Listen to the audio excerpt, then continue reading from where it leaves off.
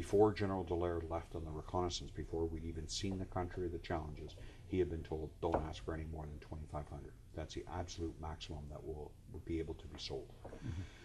So our point was, if you're going to be a small force, then you must be a good force, and you must have a lot of mobility.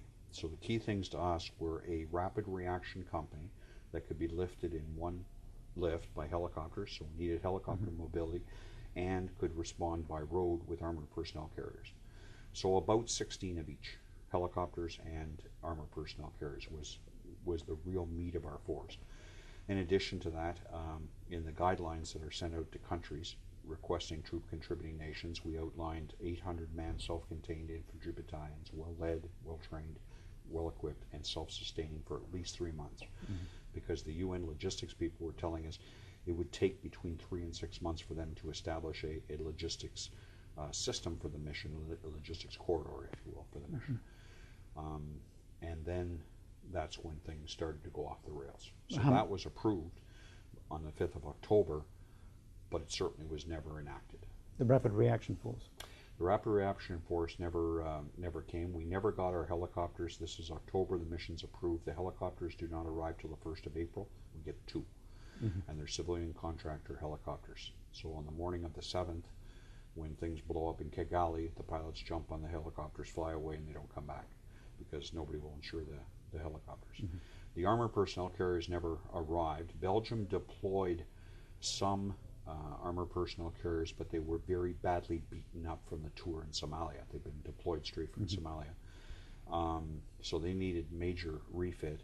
And in addition, Belgium put a national caveat on the mission that the troops were not to be employed outside of Kigali. Well, what we needed was a force that could respond anywhere in the country. Mm-hmm. So it fell to the Bangladeshi contingent then to provide the quick reaction force, and they were just not up to speed on training or on the equipment. Mm-hmm. So we went looking for APCs. The best we could get were 8 APCs from the Mozambique mission, I guess technically loaned to us. When they arrived in Kigali, of the 8, 5 worked. And the Bangladeshis did not have mechanics qualified on them. There were no tools, there were no spare parts. So eventually they just broke down kind of one at a time. So we had 5 when the war started, 3 within a matter of days, and eventually 0. Mm-hmm. So we just used them as pillboxes. And what was the consequence of that, do you think? We had no quick reaction force that was able to intervene decisively or move, and we didn't have the helicopter mobility to move troops or to move people or to scout, mm-hmm. To conduct reconnaissance, casualty evacuation, all the things like helicopters to do. Did you lobby for it with New York? Or? Screamed out for it on a weekly basis. Uh-huh. Where are helicopters? Where are APCs? Where are helicopters? Where are APCs? But there was a major problem.